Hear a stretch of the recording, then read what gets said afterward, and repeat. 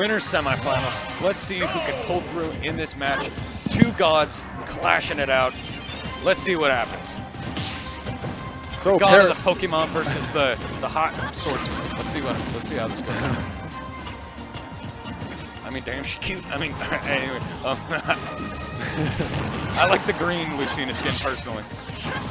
Oh, good parry. Followed that up with an air. Tried to get an air dodge read or like a spot dodge read. Lucina kicking ass and taking names against this Pokemon here.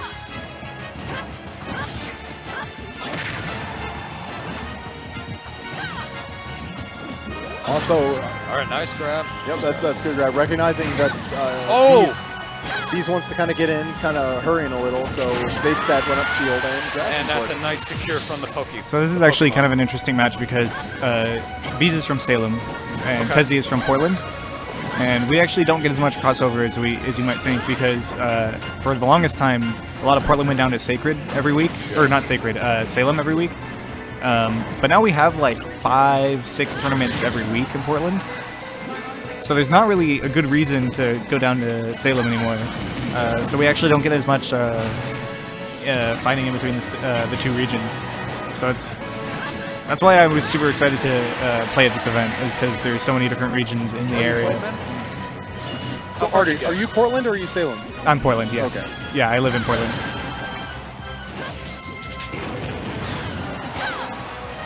All right, so Bees coming out. It's so hard for me to not call him G-Man. Bees. The old switchy. All right, Bees coming through with that. All right, that's going to be a stop right there. But he has such a good lead right now.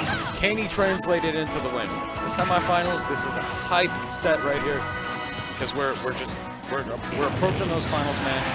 And Tezii having really remarkable accuracy with those shadow balls. A lot of really great success. Yeah. Do you guys know how late this tourney goes to, like approximately? It's supposed to end at 10. 10? Yeah. It might go longer. Regionals often do. Are we gonna have like a little break in between like certain? Yeah. Like, Do you want to get up? Not. Yeah, actually, I'd like to get up right now, but can I come back? All right, sounds good. All right, guys. I'll be right back.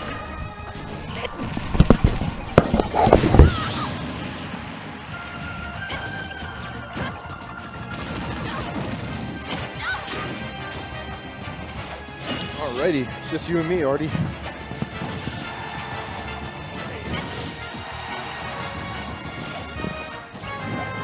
Alright, so Mr. Dog has left us, and it is now Vermin Mubis and Artie on commentary. Indeed. I'm trying to get the levels right. He was yelling a lot, so I'm trying to like fix that again. So is Tezii is still at 2 stocks? Okay. So yeah. this. And Mewtwo, if I recall, Mewtwo did get a weight buff, so I was expecting that up air or that up throw to kill, but I do believe he got a tiny weight buff. I think it was a very slight weight buff, and then also I think Lucina up throw kills later than M4. Okay. I see those moves not kill a lot more than I did. Yeah, it would make sense. It seems like it was like, aside from maybe Ness's back throw, very deliberate attempt to make it to not centralize the game around grabs so much as Smash 4. But yeah, so B's definitely still in this, bringing it back against Tezii. Tezii's gonna have to play pretty careful. The differential between death percents is pretty significant. Yeah, I'd say probably in terms of like seeding, I think Tezii's favored here. But that, first of all, the game's like a month old, so that doesn't mean a lot. And also these two don't fight very often, so it's hard to accurately see. Lucina, I think, is actually an up throw kill percent here. Oh wow! And gets that. I'm guessing because of how. Oh, my mic's by how close that, or how narrowly that Shadow Ball hit, I'm guessing that was deliberate option coverage for both stand up and roll in. Yep. Tezii really likes his ledge traps, honestly. Tezii in Smash 4, Tezii was known for being pretty much the only player in Oregon to use Beto. And his movement with Beto was very, very precise, but he kind of struggled with aggressive playstyles and like when he was put into scenarios where he had to adapt. And so the more simplified movement in Ultimate, I'd say, really let him kind of start working on other aspects of his play a lot. And I think he's become more well-rounded as a player as a result. Cool. That's good to hear. Yeah. And then Bees used to play Cloud and now no longer has Cloud because Cloud's a very different character now. Yes, and speaking of which, I'm also I guess not surprised because I mean Tezii has like all sorts of Mewtwo memorabilia. Tezii definitely plays Mewtwo for Mewtwo and not for any tier list. Yeah. So yeah, that said, wow. that was a good read, but not quite even on Lilat. Wow. No, he didn't have a jump. That somehow caught a jump or something? Maybe that was like a double jump cancel wave dash land or something? He was trying to do something fancy and just got caught out. Oh, wow. I barely missed that, but once it goes for the double dip, doesn't get it. Those down smashes like Lucas and oh, that's what he was doing. He was doing the double jump neutral B, which cancels your momentum.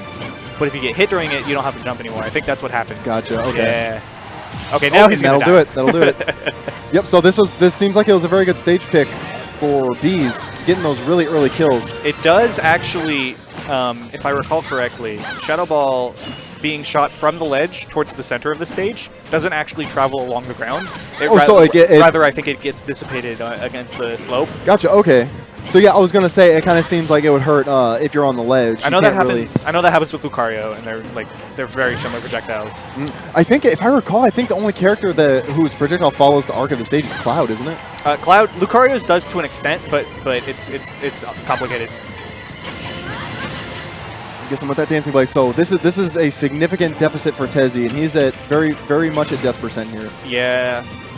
Thankfully, it's kind of risky to go off stage to edge guard Mewtwo because of that very large tail. Yeah, that's the biggest problem. Is you never know because if you go off stage, you might get stage spiked. Oh wow! Oh, and reads the was that an air dodge? It looked like he was trying to like maybe air dodge back onto the stage. Yeah, he might have been. It's hard to. It happens so fast. This game is kind of fast, so it's hard to. If you miss something, it's hard to tell because he might have gone for like a side B.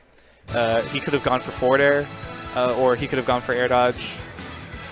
And those all would have left him in relatively the same position is what he ended up in. But regardless of what happened, that was good forward tilt. I think that killed him at like 110, which is absolutely kill range for Mewtwo.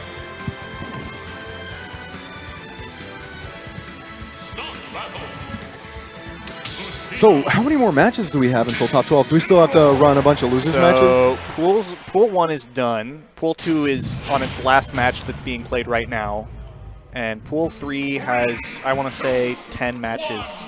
Or 7 matches or something. Oh, interesting. Okay, so he does play Incineroar. So to explain simply, Tezii likes cats, and that's why he plays Mewtwo, and now why he plays Incineroar. Okay. He's a fan of cats. Okay. Yeah. So that's the actual like is the character worth playing? Step 1, is it a cat? if yes, mainable, definitely. Most of the time he normally plays Incineroar actually in doubles. I haven't seen it very often in singles, and this is a horrible matchup. Oh yeah, that'll do it. So one thing, so I actually can claim a little bit of knowledge here because I do play Incineroar. I guess he's like feeling a little bit oppressed by the character, but as Mewtwo, and like he can't really get in. But that's not going to get better. Yeah, I'm guessing maybe the logic is just things like that where he can maybe just make more off what he can get. Yeah. Maybe. This matchup, essentially, if you can bait them into landing with aerials, you can get side B, right? Or if you can catch them jumping, you can. Yeah, that was actually really nice. You can actually. So the reason that that's actually so strong is because you don't have to land before you side B. A lot of all the other grabs in the game, you have to land before you can grab, except for Incineroar and like other command grabs, right? So the benefit of short hopping is actually, it's almost like your short hop is better than it is, right? That's scary. One benefit to playing this character versus sword characters is recovering is a lot easier than it could be otherwise. Up B tends to armor through a lot of stuff, and if you're getting hit off stage at a percent where your armor stops working against like sword moves, you're just gonna die from that hit. you're not going to have to recover because you're going to be dead in the first place. What was I saying before?